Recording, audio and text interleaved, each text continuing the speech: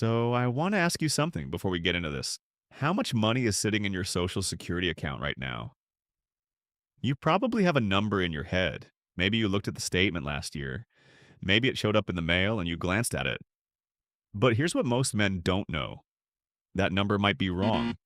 The government has acknowledged that there are billions of dollars in wages that were reported correctly by employers, but never matched to the right person's account.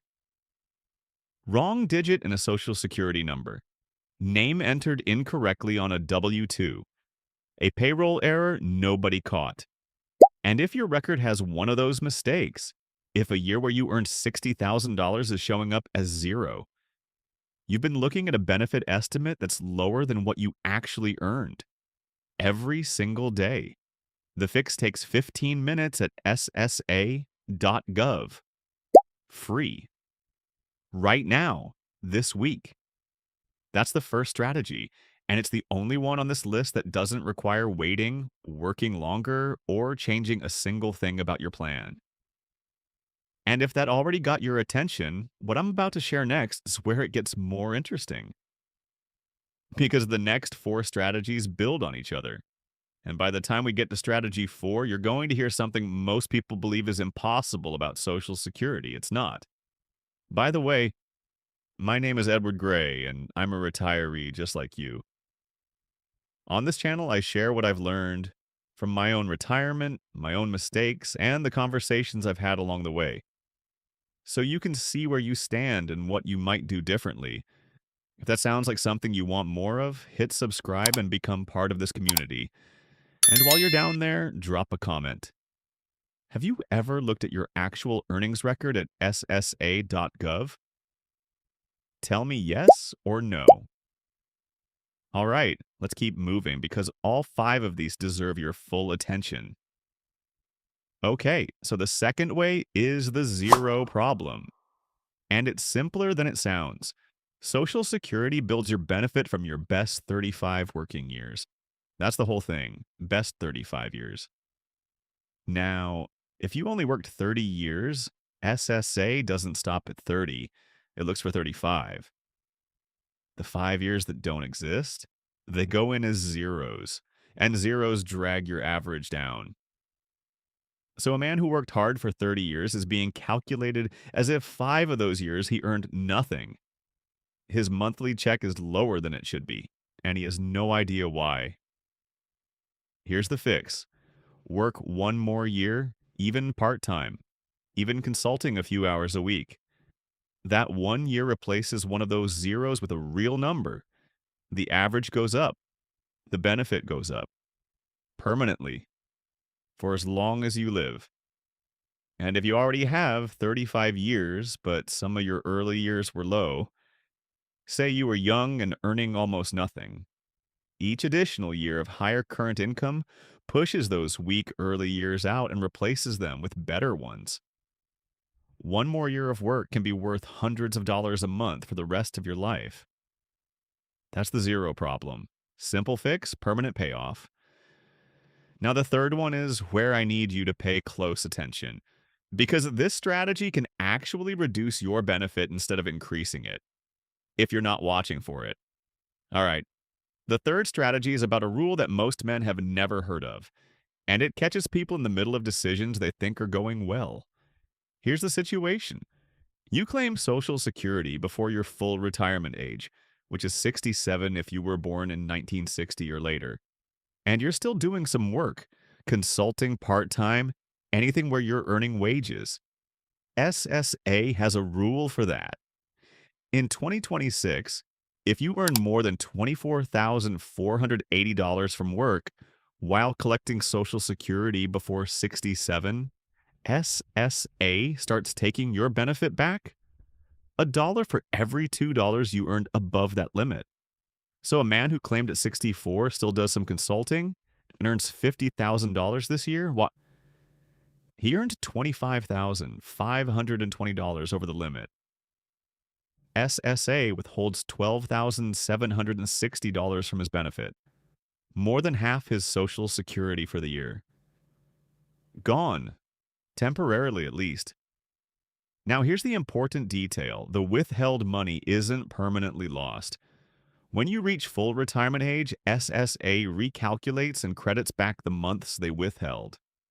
Your future monthly payment adjusts upward to reflect it. So it's a delay, not a permanent cut, but it still disrupts your income plan in ways most men didn't budget for. The fix is simple.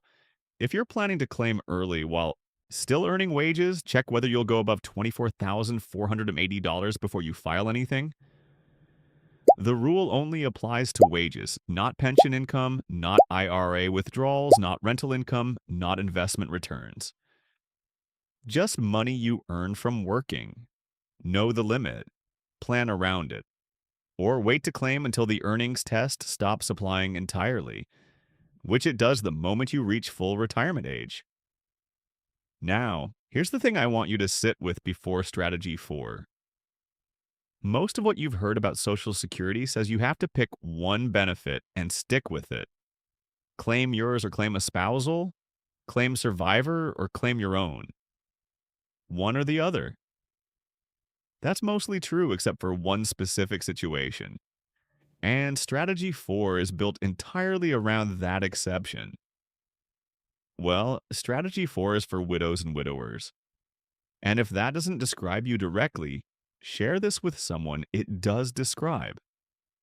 Because what I'm about to explain is the one Social Security rule that most widows have never been told about, and it can produce income in 2 different phases of retirement instead of one.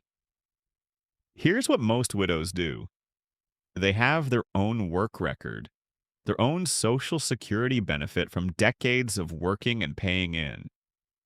They also have a survivor benefit available based on their late husband's earnings record. SSA tells them they'll get whichever is higher, so they pick. They take the higher one, and that's it. Now, here's what most of them don't know. Survivor benefits are the one exception to the deemed filing rule, which in plain English means a widow can claim the survivor benefit first and let her own benefit continue growing at the same time. She claims survivor at 60 even if it's reduced. She starts collecting. Her own retirement benefit keeps growing, 8% per year between 67 and 70. At 70, if her own benefit is now larger than the survivor benefit she's been collecting, she switches. She stops the survivor and starts collecting her own, now at its maximum amount. 2 income streams across time. One collected early, one grown large. Switch when the timing is right. This is legal, it's built into how the system works, and most widows filing on their own have never been told it exists. If you know a widow sitting on her own work record who filed for the survivor benefit and assumes that's the end of her options, she may still be able to switch. It's worth a specific call to SSA to ask. Now, before I give you strategy 5, I want to say something directly to the men who've made it this far. If this channel is giving you information your financial advisor never mentioned, or information you wish you'd had 5 years ago, you owe it to the next man to hit the like button right now, not for my sake. Because YouTube uses that signal to decide who else sees this. There are men approaching the Social Security decision without any of this, and the algorithm decides whether they find it or not. You can change that in 1 second. And if you're not subscribed yet, I'd genuinely like to know why. Because we put out this level of content every week, and the men who need it most are the ones who've never found it. Hit subscribe. Then let's finish with the 5th strategy, the one with the biggest number. Okay, strategy 5. And this is the one that produces the largest dollar difference of everything on this list. Here's all you need to know. If you claim Social Security at 62, your benefit is permanently reduced. For a man whose full benefit at 67 would be $2,311 a month. Claiming at 62 brings that down to $1,618. For life. Wait until 70 and that same $2,311 grows to $2,866. For life. That's a difference of $1,248 every single month. And it doesn't stay at $1,248. Both benefits get adjusted for inflation every year. But the man who waited starts with the larger base. So every year the COLA applies to a bigger number. The gap between the two gets wider every year he's alive. Over 20 years of retirement, that difference, just from the timing decision, nothing else, adds up to hundreds of thousands of dollars in total lifetime income. Now, some of you are doing the math on break even. How long do you have to live for the delay to pay off? The answer is around 80 to 81 years old using standard calculations. But here's the part the break even calculation misses. If you're married and you're the higher earner, the benefit you build between now and 70 is also the benefit your wife inherits if you die first. She gets 100% of whatever you were receiving. So the man who claimed at 62 leaves his wife $1,618 a month. The man who waited until 70 leaves his wife $2,866. That's the real number. And for most married men, when they see it that way, the delay stops being about their own break even and starts being about what their wife lives on when they're not there. All right, 5 ways. Check the earnings record at ssa.gov this week. 15 minutes, free, potentially worth thousands from an error you didn't know existed. Fill the zeros. One more year of any real work replaces a zero in your 35-year calculation and raises the benefit permanently. Know the earnings test. If you earn wages above $24,480 while claiming before 67, SSA takes money back, and most men never knew this rule existed. The survivor switching strategy, widows can claim survivor at 60 and let their own benefit grow to 70. Then switch 2 income streams, 1 lifetime, and most widows have never heard they can do this. And delay claiming $1,248 more per month at 70 versus 62, compounding upward with inflation, leaving a larger survivor floor for the spouse who outlives you. These 5 require no additional savings, no different investments, no extra income. Just decisions made with the right information before the paperwork is permanent. Drop a comment and tell me which of these 5 you hadn't thought about before today. And if the earnings record one described your situation, if you've never actually looked at the year-by-year breakdown, go look this week. The check you're projected to receive is only accurate if the record is accurate.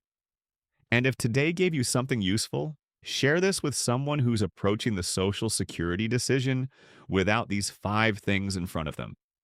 And if you're not already part of this community, come join us, because this is what we do here. Real retirement, real numbers from guys who are actually living it. Hit the subscribe button and ring the notification bell. See you in the next one.